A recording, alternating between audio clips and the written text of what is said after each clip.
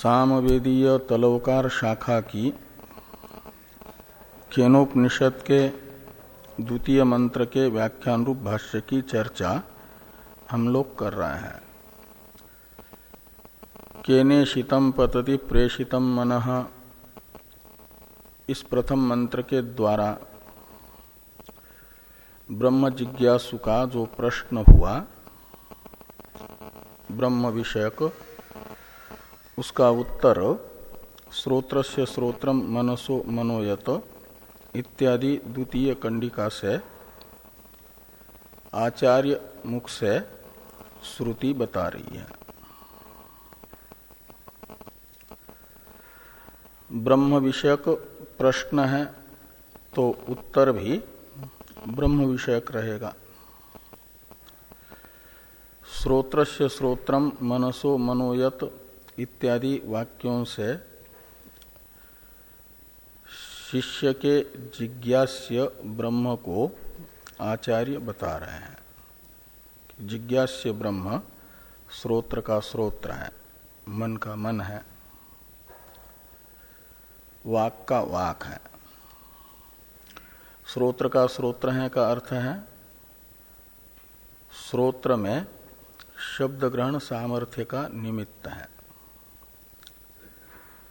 जिसकी उपस्थिति मात्र से शब्द अपने विषय, श्रोत्र अपने विषय शब्द का ग्रहण करता है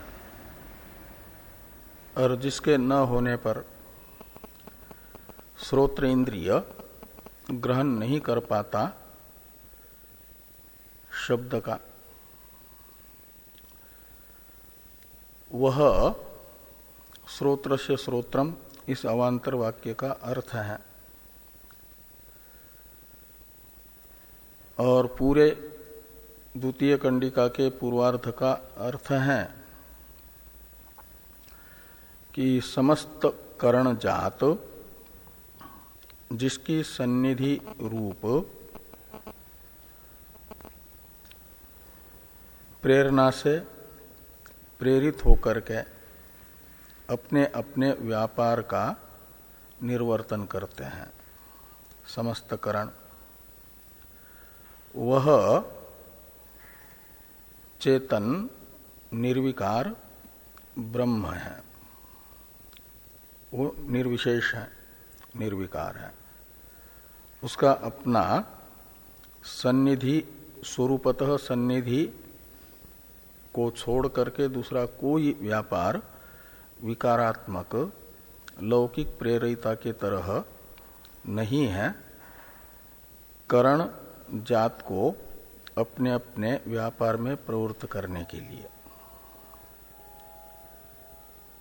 और वह जो निर्विशेष चेतन जिसकी सन्निधि मात्र से समस्त करण अपने अपने व्यापार में प्रवृत्त हो रहे हैं, उसका मय के रूप में अनुभव, ये अध्यास निवृत्ति का साधन है। अध्यास है श्रोत्रादि में अहम भाव और पुत्रादि में मम भाव। अहम अध्यास मम अध्यास, और इस अहम अध्यास मम अध्यास का समूल निवर्तक है श्रोत्रादि के श्रोत्रादि का मय के रूप में अनुभव। जो श्रोत्रादि का मय के रूप में अनुभव नहीं करता, अपितु श्रोत्रादि का सन्निधि मात्र से प्रेरक जो निर्विशेष चेतन है, उसका मय के रूप में अनुभव करता है, उसका फिर श्रोत्रादि में आत्मभाव नहीं रहता और देहादि में मम भाव नहीं रहता। अहम अध्यास मम अध्यास निवृत्त होता है। तो अहम अध्यास मम अध्यास का निवर्तक ज्ञान जिसका है, वह श्रोत्रादि का प्रेरक ब्रह्म है। और जिसका अध्यास निवृत्त होता है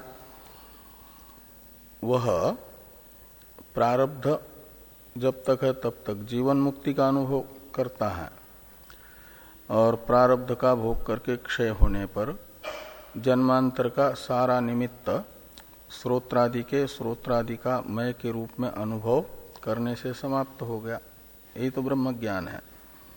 और ब्रह्म ज्ञान हृदय ग्रंथि और प्रमाण प्रमेय विषयक संशय तथा कर्म इनका निवर्तक बन जाता है, अविद्या काम कर्म का।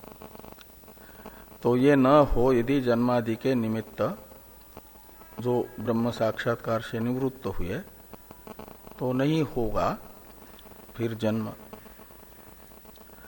वही है प्रेत्यास्मा लोकाद अमृता भवंति से बताया गया अदृष्ट फल विधेय कैवल्य। तो इस प्रकार इस कंडिका का जो पूर्वार्ध है जो निर्विशेष ब्रह्म का ज्ञापक है उसमें 5 अवान्तर वाक्य हैं। श्रोत्रस्य श्रोत्रम एक, मनसो मनोयत द्वितीय, वाचोह वाचम तृतीय, सौ प्राणस्य प्राण चौथा और चक्षुष चक्षु 5वां। इनमें से 4 अवान्तर वाक्य का विचार भाष्य में हो चुका है। पंचम अवान्तर वाक्य है चक्षुष चक्षु। इसकी चर्चा आज होनी है। तो भाष्यकार भगवान चक्षुष चक्षु इस पंचम अवान्तर वाक्य की व्याख्या कर रहे हैं। तथा चक्षुष रूप प्रकाशकस्य चक्षुषो रूप ग्रहण सामर्थ्यम यत रूप ग्रहण सामर्थ्यम तत् आत्मचैतन्य अधिष्ठितस्यैव अतः चक्षुष चक्षु। ये है चक्षुष चक्षु मूल का प्रतिग्रहण है व्याख्यान के लिए। इसमें जो चक्षुष ये षष्ट्यंत पद है इसका अर्थ कर रहे हैं रूप प्रकाशकस्य चक्षुष। रूप का प्रकाशक अभिव्यंजक जो इंद्रिय है वो चक्षु इंद्रिय है। यत रूप ग्रहण सामर्थ्यम उस चक्षु इंद्रिय में जो रूप ग्रहण का सामर्थ्य है, रूप ज्ञान कराने का सामर्थ्य है, वह सामर्थ्य चक्षु इंद्रिय भौतिक होने से स्वतः नहीं है। वो जड़ है ना, जड़ होने से उसमें ज्ञान का सामर्थ्य स्वतः नहीं रहेगा, किसी अन्य निमित्तक होगा। जैसे जल में जलाने का सामर्थ्य स्वतः नहीं है, स्वतः दाहक शक्ति से युक्त अग्नि के निमित्त से जल में दाहकत्व आता है। ऐसे ही कहते तद आत्मचैतन्य अधिष्ठितस्यैव। तो चक्षु इंद्रिय में रूप ग्रहण का जो सामर्थ्य हम देख रहे हैं वह सामर्थ्य तत्शब्द से लेना आत्मचैतन्य अधिष्ठितस्यैव। तो आत्मस्वरूप जो चैतन्य है उससे अधिष्ठित यानी प्रेरित, चेतन प्रेरित, चेतन आत्मा से प्रेरित चक्षु इंद्रिय में ही रूप ग्रहण का सामर्थ्य संभव है। जैसे अग्नि से संबद्ध जल में ही दाहकत्व संभव है। तो आत्मचैतन्य अधिष्ठितस्यैव रूप ग्रहण सामर्थ्यम। इसलिए श्रुति कहती है चक्षु के प्रेरक को वह चक्षु का चक्षु है करके। अतः चक्षुष चक्षु कौन? आत्मचैतन्यम। आत्मचैतन्य चक्षु का चक्षु है का अर्थ है चक्षु इंद्रिय में रूप ग्रहण सामर्थ्य का निमित्त है।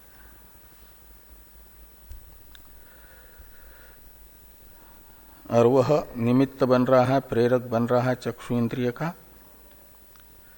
तो उसमें प्रेरणा रूप व्यापार कोई विकारात्मक अपने स्वरूप से अलग नहीं है, स्वरूपतः उपस्थिति मात्र प्रेरणा है, न कि कोई विकार। ये कहा गया कि अतः चक्षुष चक्षु शब्द से।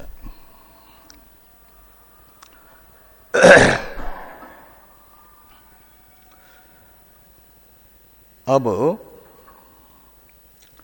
पांचों अवांतर वाक्य की व्याख्या हो गई।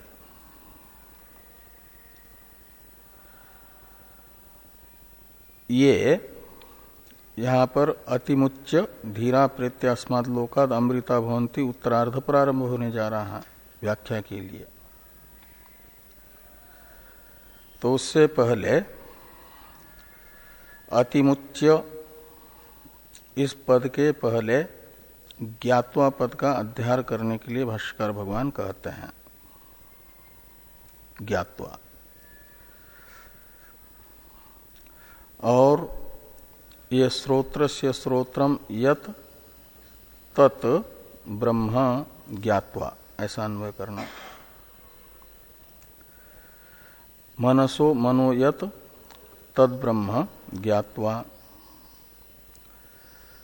और वाचोह वाक यत तद ब्रह्म ज्ञात्वा। ये पांचों अवांतर वाक्य में जो तत्तद इंद्रियों में अपने अपने व्यापार का सामर्थ्य बताया गया है, वो जिसके निमित्त से जिस चेतन निमित्तक है वह चेतन ही तो ब्रह्म है। और उस ब्रह्म का आत्म रूप से ज्ञान प्राप्त करके यह अर्थ नहीं करना है। इसलिए भाष्यकार भगवान आगे कह रहे हैं कि प्रष्टुः पृष्ठस्य अर्थस्य ज्ञातुम इष्टत्वात् श्रोत्रादेः श्रोत्रादि लक्षणम यथोक्तम ब्रह्म ज्ञात्वा इति अध्यारीयते। जो प्रष्टुः षष्ठी का एक वचन है, और ये षष्ठी है कर्तार्थ में।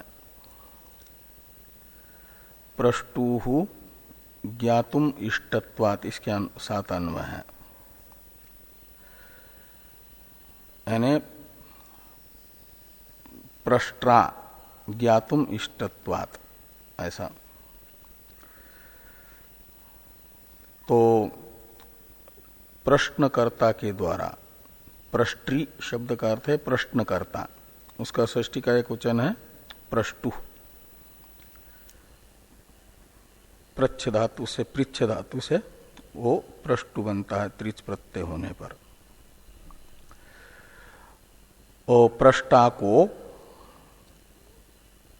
जानना अभिष्ट है, ज्ञातुम इष्टत्वात् का अर्थ है जानना अभिष्ट है। किसको जानना अभिष्ट है? तो जिस अर्थ विषय प्रश्न किया है उस अर्थ को कहा जाता है पृष्ठ अर्थ, प्रश्न का विषयभूत अर्थ। तो प्रश्नकर्ता के प्रश्न का विषयभूत जो अर्थ है उसे वो जानना चाहता है प्रश्नकर्ता। तो प्रश्नकर्ता को अपने द्वारा पूछी गई जो वस्तु है उसे जानना अभिष्ट होता है। और प्रथम कंडिका में ब्रह्म जिज्ञासु ने प्रश्न किया है करण कलाप के प्रेरक के स्वरूप के विषय में। मनादि करण कलाप का प्रेरक चेतन सविशेष है कि निर्विशेष है, ऐसा उसके मन में संशय है। उसके स्वरूप विषयक। इसलिए श्रोत्रादि के प्रेरक चेतन के स्वरूप को कहा जाएगा पृष्ठ अर्थ। श्रोत्रादि का जो प्रेरक चेतन, उसका स्वरूप है ब्रह्म जिज्ञासु के द्वारा पृष्ठ अर्थ। और वह पृष्ठ अर्थ प्रश्नकर्ता जिज्ञासु को जानना अभिष्ट है, इसलिए प्रश्न कर रहा है, जानने के लिए स्वरूप को, स्वरूप विषयक प्रश्न कर रहा है। तो श्रोत्रादि के प्रेरक चेतन का स्वरूप निर्धारण अभिष्ट है प्रश्नकर्ता को, जिस कारण से, इसलिए आचार्य ने प्रश्नकर्ता जिज्ञासु जिसे जानना चाहता है उसे ही श्रोत्रस्य श्रोत्रम मनसो मनोयत इत्यादि से बताया है। तो ये कहते हैं कि श्रोत्रादे श्रोत्रादि लक्षणम यथोक्तम ब्रह्म। तो जिज्ञासु जिस ब्रह्म स्वरूप को बताना जानना चाहता है, उसी जिज्ञासु के जिज्ञास्य ब्रह्म का श्रोत्रस्य श्रोत्रम इत्यादि के द्वारा ज्ञापन हुआ है। इससे वो लक्ष्यमान है, ज्ञाप्यमान है। और इससे ज्ञाप्यमान जो यथोक्त ब्रह्म है, सन्निधि मात्र से निर्विकार भाव में अपने रह करके श्रोत्रादि का प्रेरक बनना, वह निर्विकार है, निर्विशेष है। जो चेतन वही ब्रह्म है। और अध्यार करना ज्ञात्वा, वो श्रोत्रादि लक्षणम यत ब्रह्म तद ज्ञात्वा, उसे जान करके। और उसे जानना अपने से भिन्नतया नहीं, प्रत्यगात्मतया, मैं के रूप में ब्रह्म को जानना है। इसलिए आत्मना ज्ञात्वा, ऐसे यहाँ ब्रह्म के पास में आत्मना ब्रह्म ज्ञात्वा ऐसे जोड़ देना ब्रह्म के पहले, कि श्रोत्रादेः श्रोत्रादि लक्षणम यथोक्तम यद ब्रह्म तद आत्मना ज्ञात्वा, उसका मैं के रूप में अनुभव करके। तो ज्ञात्वा इस पद का अध्यार करना है, मूल कंडिका में नहीं है, इसलिए कहते हैं ज्ञात्वा इति अध्यारीयते।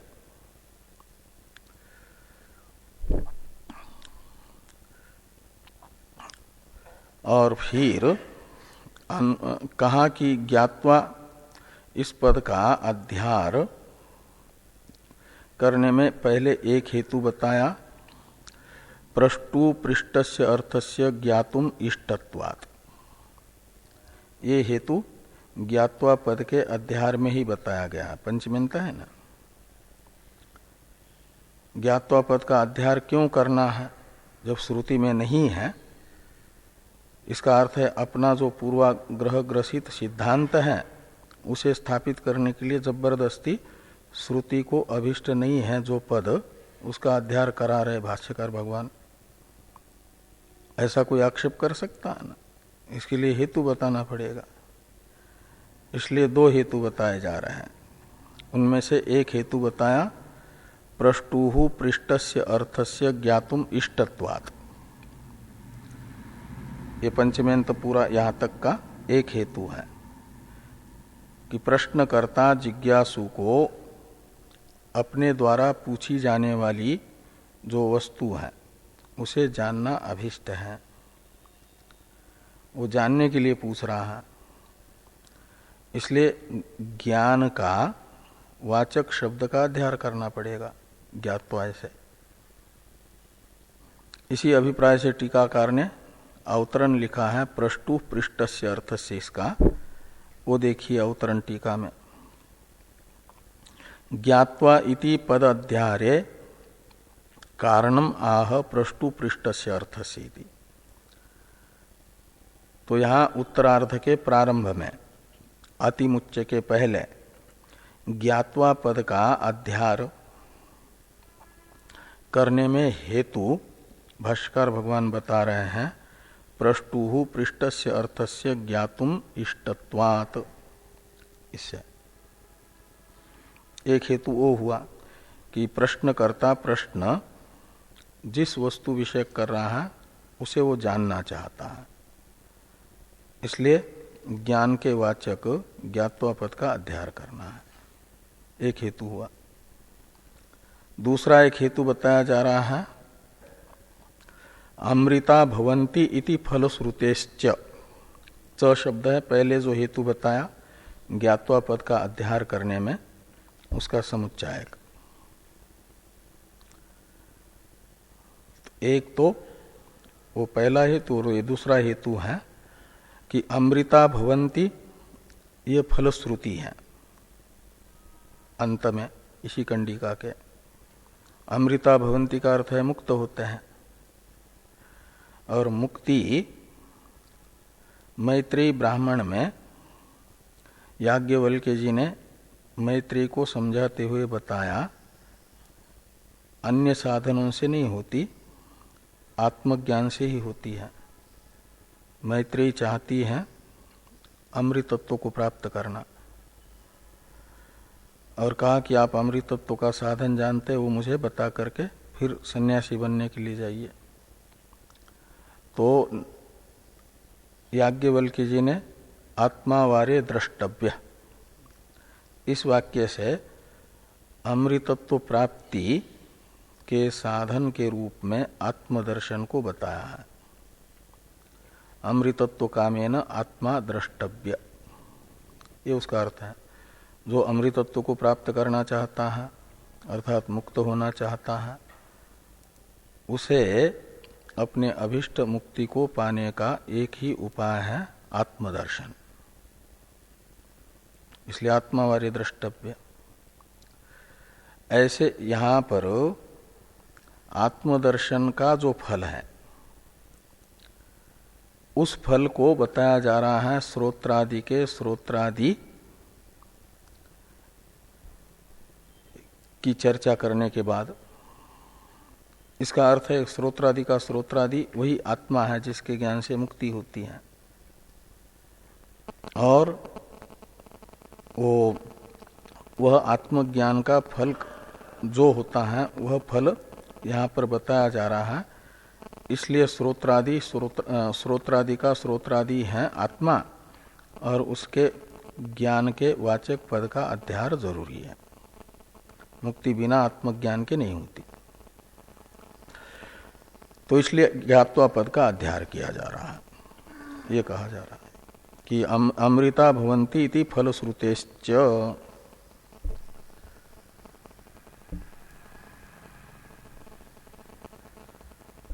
आगे है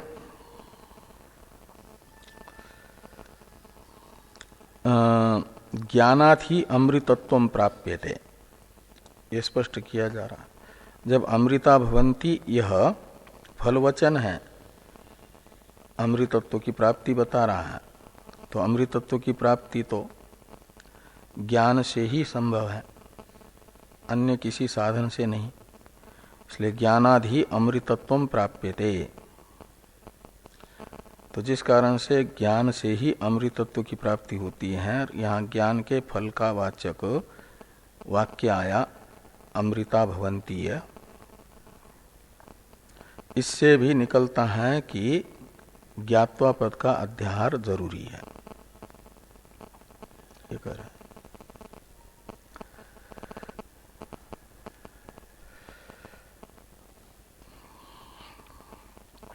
ये जो ज्ञात्वा पद का अध्यार हुआ तो अर्थ निकला श्रोत्रादि का श्रोत्रादि जो निर्विशेष चेतन है उसका आत्म रूप से अनुभव करके ज्ञान प्राप्त करके ये आत्मदर्शन हुआ। तो आत्मदर्शन से मुक्ति किस प्रकार होती है इसे स्पष्ट करने के लिए अन्य श्रुति तो अमृतत्व का साधन त्याग को भी बता रही है। त्यागे नय के अमृतत्व मानसु। और यहाँ आत्मज्ञान को बताया जा रहा है अमृतत्व का हेतु। आत्मावार्य द्रष्टव्य भी आत्मज्ञान को अमृतत्व का हेतु बताता है, और एक श्रुति त्याग को अमृतत्व का हेतु बता रही है, त्यागे नहीं के अमृतत्व मानसु। तो इन श्रुतियों का आपस में जो अमृतत्व के साधन के विषय में विवाद सा प्रतीत हो रहा है। इसलिए भाष्कर भगवान कहते हैं त्यागे नय के अमृतत्व मानसु इस श्रुति का आत्मावार्य द्रष्टव्य और प्रतिबोध विदितम मतम अमृतत्वम ही विन्दते इत्यादि का कोई विरोध नहीं है आपस में। ज्ञान का फल है त्याग और त्याग का फल है अमृतत्व की प्राप्ति। इसलिए ज्ञान भी, आत्मज्ञान भी त्याग द्वारा कारण बन जाता है। तो त्यागे नहीं के अमृतत्व मानसु यह श्रुति आत्मज्ञान का फलभूत जो त्याग है उस त्याग को अमृतत्व का साधन बता रही है। और ये आत्मावार्य द्रष्टव्य इत्यादि श्रुतियां ज्ञान को अमृतत्व का साधन बता रही है का अर्थ है त्याग द्वारा अमृतत्व का साधन ज्ञान है, साक्षात नहीं, त्याग द्वारा। और वो त्याग कौन सा? तो ज्ञान से होने वाला जो रसोप्यस्य परम दृष्ट्वा निवर्तते, यह गीता वाक्य सूक्ष्मतम वासनाओं का निवर्तन बता रहा है न त्याग। प्रजहाति यदा कामन सर्वान पार्थ मनोगतान, वो आत्मज्ञान से निवृत्त होने वाली समूल जो कामना है। ऐसे आत्मानं चेद विजानियात अयम अस्मिति पुरुष किमिच्छन कश्य कामाय शरीरम अनुसंजरेत। यह श्रुति आत्मज्ञान होने पर जो समस्त कामनाओं का निराकरण बता रही है, प्रहाण बता रही है, त्याग बता रही है, वह आत्मज्ञान का फलभूत त्याग है। वह जब तक आत्म साक्षात्कार नहीं होता है तब तक कामना सूक्ष्म से सूक्ष्मतम किसी न किसी प्रकार की रहती ही है। नहीं दूसरी कामना रहेगी तो मोक्ष की ही कामना रहेगी, लेकिन वो भी तो कामना है। और आत्म साक्षात्कार हो जाएगा, उससे बंध की निवृत्ति होगी तो मुक्ति की भी कामना मुक्त पुरुष को नहीं होगी, क्योंकि मुक्ति प्राप्त है, वो समझता मैं तो नित्य मुक्त हूं। तो समस्त कामनाओं का त्याग ये आत्मज्ञान का फल है। और वह आत्मज्ञान का फलभूत जो समस्त कामनाओं का त्याग, उसे कहा जा रहा है अतिमुच्च शब्द से, अध्यास की निवृत्ति को। एक प्रकार से अध्यास की निवृत्ति ये त्याग है, अतिमुच्च शब्द का अर्थ है। वह अध्यास निवृत्ति ज्ञान का फल है, और अध्यास निवृत्ति होते ही फिर अमृतत्व की प्राप्ति स्वभावतः होती ही है। नित्य प्राप्त की प्राप्ति आवरण की निवृत्ति मात्र मानी जाती है ना, प्रतिबंध की निवृत्ति मात्र मानी जाती है। तो नित्य मुक्त ब्रह्म स्वरूप हम होते हुए भी, नित्य शुद्ध बुद्ध मुक्त स्वरूप ब्रह्म स्वरूप हम होते हुए भी अपनी नित्य मुक्तता की अनुभूति में प्रतिबंधक जो है श्रोत्रादि में अहम भाव, मम भाव, अहम अध्यास मम अध्यास, यह निवृत्त हो जाए, इसका त्याग हो जाए, तो फिर स्वाभाविक जो अमृतत्व है वह अभिव्यक्त होता है। और उसे निवृत्त कौन करेगा? श्रोत्रादि में अहम भाव मम भाव को यानी अध्यास को वो निवृत्त करेगा ज्ञान। इसलिए अतिमुच्च के पहले ज्ञात्वा पद का अध्यार हुआ और ज्ञात्वा पद में अक्त्वा प्रत्यय है, वो कारणत्व को बताता है अपने प्रकृति के अर्थ में। अक्त्वा प्रत्यय की प्रकृति है ज्ञा धातु, उसका अर्थ है ज्ञान। तो ज्ञान में कारणत्व है, साधनत्व है। किसका साधनत्व है? तो अतिमुच्च शब्द के द्वारा बताया जाने वाला जो अहम अध्यास मम अध्यास का त्याग, उसके प्रति कारण है ज्ञान। श्रोत्रादि के श्रोत्रादि का यानी निर्विकार चेतन का मय के रूप में ज्ञान कारण है और उसका फल है श्रोत्रादि में आत्मभाव की निवृत्ति। उस श्रोत्रादि में आत्मभाव की निवृत्ति को बताया जा रहा है अतिमुच्च शब्द से। और जैसे ही श्रोत्रादि में आत्मभाव की निवृत्ति हो जाएगी तो नित्य मुक्त ब्रह्म स्वरूप मैं हूं ये अभिव्यक्त होगा, नित्य मुक्त ब्रह्म भाव। और यह निरंतर फिर बना रहेगा नित्य मुक्तता का भाव। और जब तक प्रारब्ध है तब तक प्रारब्ध के रहते हुए ये ज्ञानी को प्रारब्ध निमित्तक जो कार्यक्रम संघात की सत्ता है, वह सत्ता उसके नित्य मुक्त स्वरूप में उसका सत्य अहम भाव कराने में समर्थ नहीं होगी। जो ज्ञान से एक बार निवृत्त हुआ का मतलब बाध हुआ ना, तो बाधित हुआ कार्यक्रम संघात में अहम भाव, वह कभी फिर जब तक प्रारब्ध है तब तक सत्य मैं ये कार्यक्रम संघात रूप ही हूं ये बुद्धि नहीं कराएगा। फिर से सत्य अध्यास नहीं होगा, वो बाधित ही रहेगा। तो बाधित है कार्यक्रम संघात में आत्मभाव जिसका, अहम मम अध्यास जिसका, उसे शरीरादि के रहते हुए भी अपनी नित्य मुक्तता की अनुभूति होती रहती है। ये जीवन मुक्ति है, ज्ञान का फल। और विधेय मुक्ति को बताया जाएगा प्रेत्यस्मात् लोकात् अमृता भवन्ति से। तो इसलिए भाष्कर भगवान ज्ञात्वा अतिमुच्य इत्यादि कह रहे हैं आगे। तो पहले तो ब्रह्म ज्ञात्वा इति अध्यार्यति ये कहा गया, और ये अमृता भवन्ति इति फलश्रुतेश्च ज्ञानादि अमृतत्वं प्राप्यते। ज्ञात्वा पद के अध्यार की चर्चा यहाँ तक हुई।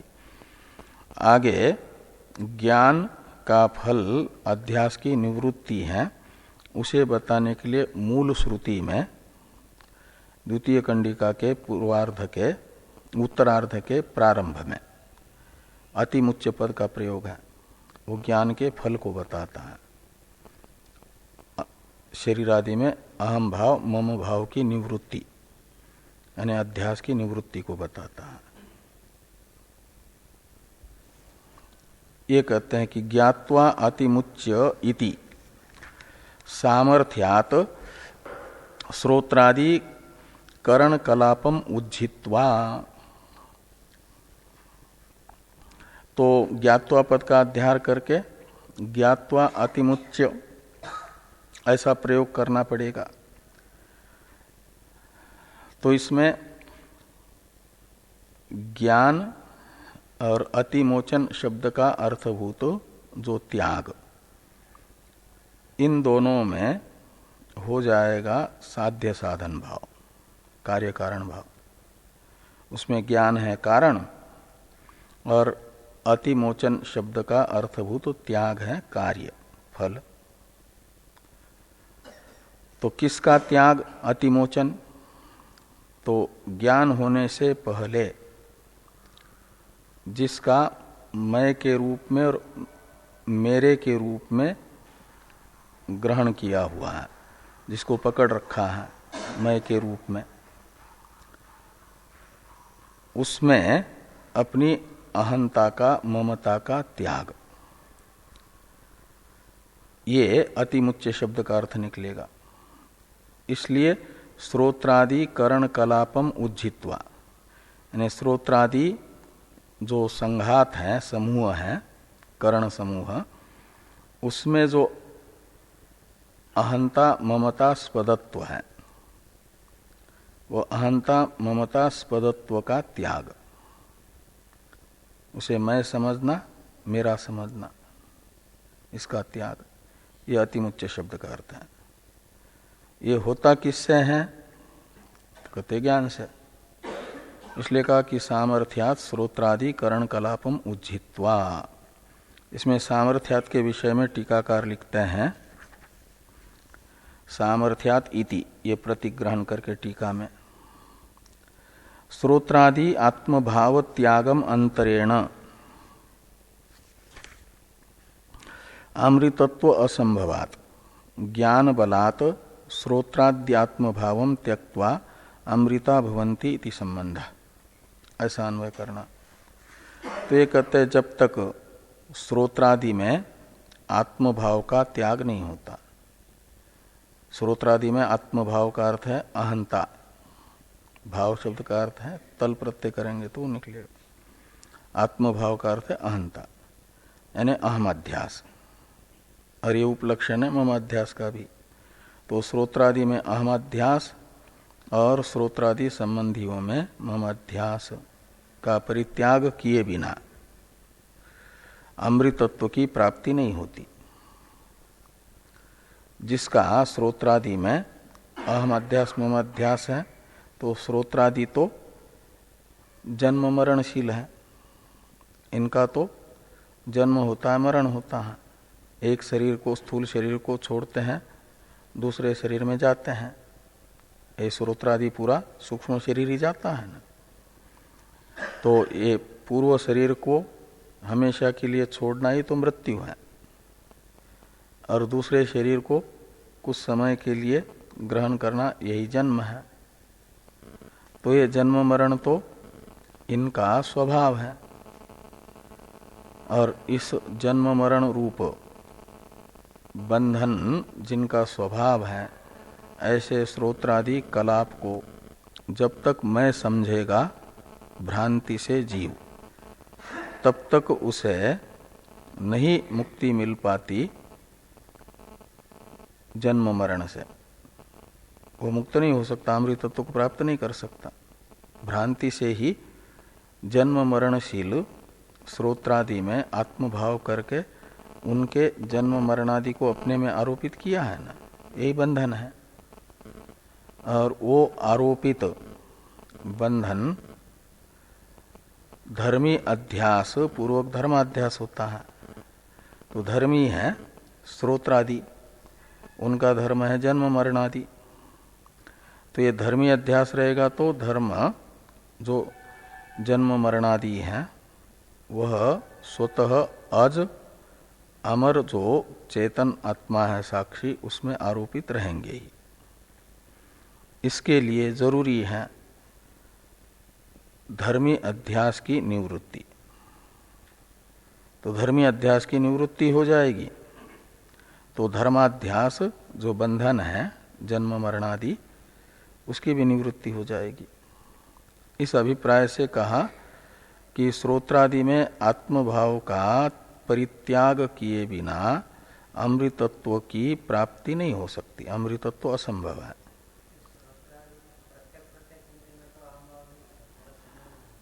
हाँ हाँ, श्रोत्रादि में से एक एक में भी करके मैं श्रोता हूँ। जब श्रोत्र इंद्रिय का व्यापार होता है उस समय श्रोता बनता है। हाँ?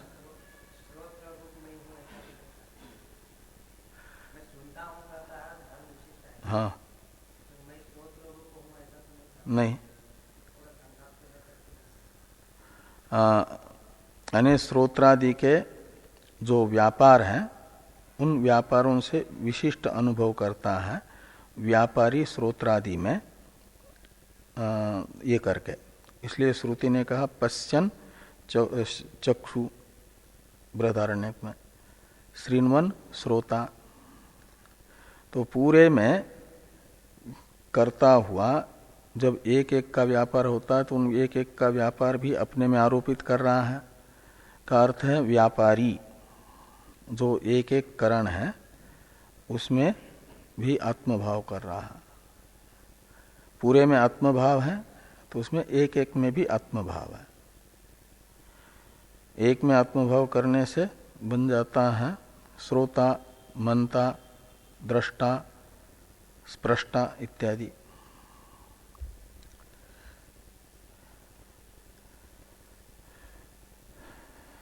तो अमृतत्व असंभवात ज्ञान बलात्, इसलिए क्या करता है तो ज्ञान के सामर्थ्य से श्रोत्रादि आत्मभावम त्यक्त्वा, श्रोत्रादि में अहम अध्यास को छोड़ देता है। और श्रोत्रादि में अहम अध्यास समाप्त हुआ तो श्रोत्रादि का जो व्यापार है उससे भी वह रहित हो जाता है। श्रोत्रादि का जो जन्म मरणादि रूप धर्म है उससे भी रहित हो जाता है। यही अमृतत्व की प्राप्ति है। तो श्रोत्रादि आत्मभावम त्यक्त्वा अमृता भवन्ति। अतिमुच्य का अर्थ हो जाएगा श्रोत्रादि आत्मभावम त्यक्त्वा,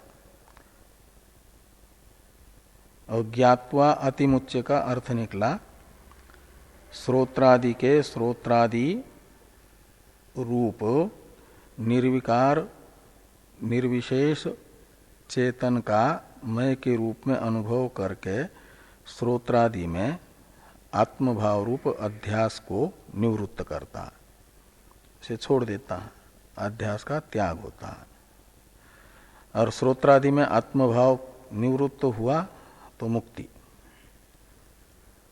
फिर वो देखता है कि मेरा तो कभी जन्म हुआ ही नहीं, मेरी तो कभी मृत्यु हुई ही नहीं, मैं तो नित्य मुक्त हूं, नित्य अज हूं। ये अनुभव करना, ये नित्य मुक्तता की अभिव्यक्ति होना ही अमृतत्व को प्राप्त करना है। इसमें बाधक है श्रोत्रादि में आत्मभाव, वो निवृत्त हो जाए तो नित्य मुक्तता की अभिव्यक्ति होती है। तो आत्मभावम त्यक्त्वा अमृता भवन्ति इति संबंध, ऐसा संबंध करना। ये जो सूत्रात्मक हेतु है, ज्ञात्वा अतिमुच्य सामर्थ्या श्रोत्रादि करण कलापम उज्जित्वा, इसी का स्पष्टीकरण है श्रोत्रादो ही आत्मभावम कृत्वा इत्यादि। इसका अवतरण है टीका में ये तत् स्फुटयति, यानी इस अर्थ को स्पष्ट करते हैं भाष्यकार भगवान। किस अर्थ को? जो सूत्रात्मक वाक्य के द्वारा बताया गया अर्थ है कि ज्ञान से श्रोत्रादि में आत्मभाव रूप अध्यास की निवृत्ति होती है, और अध्यास निवृत्त हुआ तो नित्य मुक्तता अभिव्यक्त होती है। आत्मा तो नित्य मुक्त है, वह अभिव्यक्त होता है, वो मय के रूप में स्फुरित होता है। ये अमृतत्व की प्राप्ति है। इस अर्थ को स्पष्ट किया जा रहा है श्रोत्रादो ही आत्मभावम इत्यादि वाक्य से। तो श्रोत्रादो ही आत्मभावम कृत्वा तद उपाधि सन तदात्मना जायते म्रियते संसरति च, ये कहते हैं। पहले अविद्यावस्था में भ्रांति से जो मैं नहीं हूं उसे मैं समझ लेता है। तो श्रोत्रादो ही आत्मभावम कृत्वा, श्रोत्रादि अनात्मा है, भौतिक है, जड़ है, जन्म मरणशील है। ये जन्म मरणशील श्रोत्रादि में आत्मभाव है अहम अध्यास,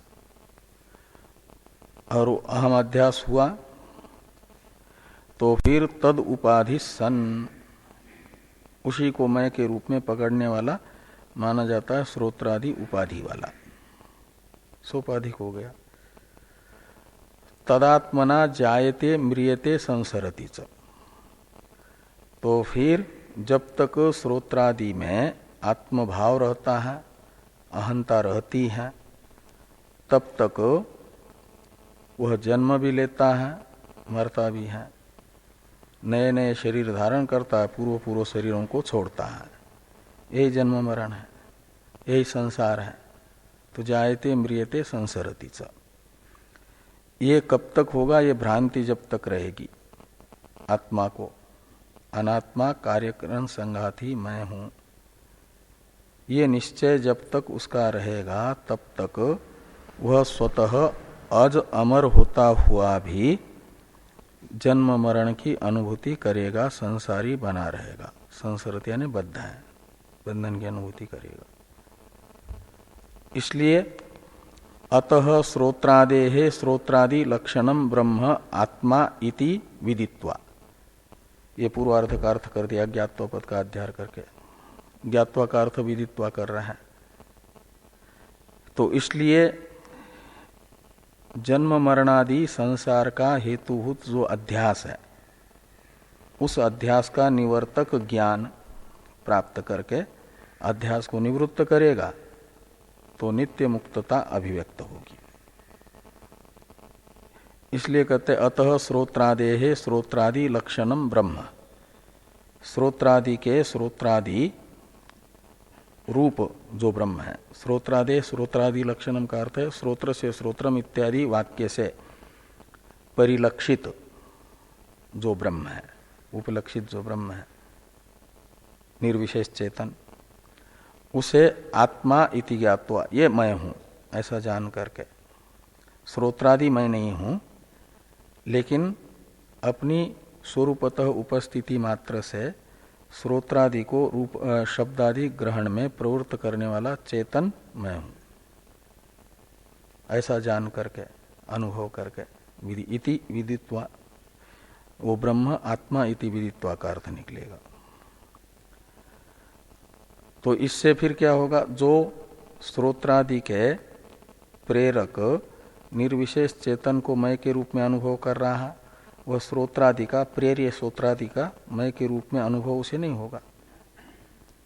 वो श्रोत्रादि का अभी तक जो मैं के रूप में अनुभव रूप भ्रांति हो रही थी, अध्यास हो रहा था, वह समाप्त होगा, वह अतिमुच्च का अर्थ निकलेगा। तो जब निर्विकार चेतन का मैं के रूप में अनुभव करता है तो अतिमुच्च का अर्थ कर रहे श्रोत्रादि आत्मभावम परित्यज्य, ब्रह्म का मय के रूप में अनुभव होने से श्रोत्रादि में आत्मभाव रूप अध्यास निवृत्त होता है, बाधित होता है, वो परित्यज्य, उसका परित्याग हुआ। और इसी परित्याग को त्यागे नय के अमृतत्व मानसु यह श्रुति अमृतत्व प्राप्ति का हेतु बता रही है। ये त्याग संसरति का अर्थ है संसार को प्राप्त करता है का मतलब पूर्व पूर्व शरीर छोड़ता जाता है, उत्तर उत्तर शरीर धारण करता रहता है और ये चलता ही जाता है। इस प्रकार का यही गति उसकी होती रहती है, कभी उत्तम कभी अधम कभी मध्यम गति को प्राप्त होता है। सम्यक संसरति इति संसार, श्रीगतो धातु है, तो गमनागमन के चक्र में पड़ा रहता है, यही संसार है।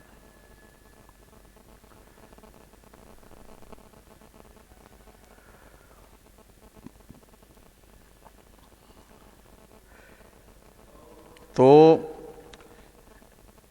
श्रोत्रादे श्रोत्रादि लक्षणम ब्रह्म आत्मा इति विदित्वा अतिमुच्य श्रोत्राद्यात्म भावम परित्यज्य, ये श्रोत्राद्यात्म भावम परित्यजंती ते धीरा, धीमंत अतिमुच्य तक की व्याख्या हो गई। अतिमुच्य पद के बाद आता है एक धीराहा पद। कहते धीर कौन है? तो कहते धीर यानी बुद्धिमान उन्हें कहा जाता है जो निवृत्त करते हैं श्रोत्रादि में आत्मभाव को। जिनका अध्यास निवृत्त हो गया है, वो वास्तविक रूप से धीर है, उन्हें धीर कहा जाएगा। तो ये हैं तो ये श्रोत्रादि आत्मभावम परित्यजन्ति। श्रोत्रादि आत्मभाव, श्रोत्रादि में अहम अध्यास। तो जो संसार का हेतुभूत अहम अध्यास मम अध्यास है, इसे हटाने में समर्थ होते हैं, वे इस वाक्यस्थ धीर पद का अर्थ है। वे धीर हैं, बुद्धिमान है, धीमंत यानी ज्ञानी है। तो ये श्रोत्रादि आत्मभावम परित्यजन्ति ते धीरा, अमृतत्व का जो साधन है श्रोत्रादि में आत्मभाव का परित्याग, और ये जिनके हो रहा है वे धीर है, बुद्धिमान है, ये कहा जाएगा।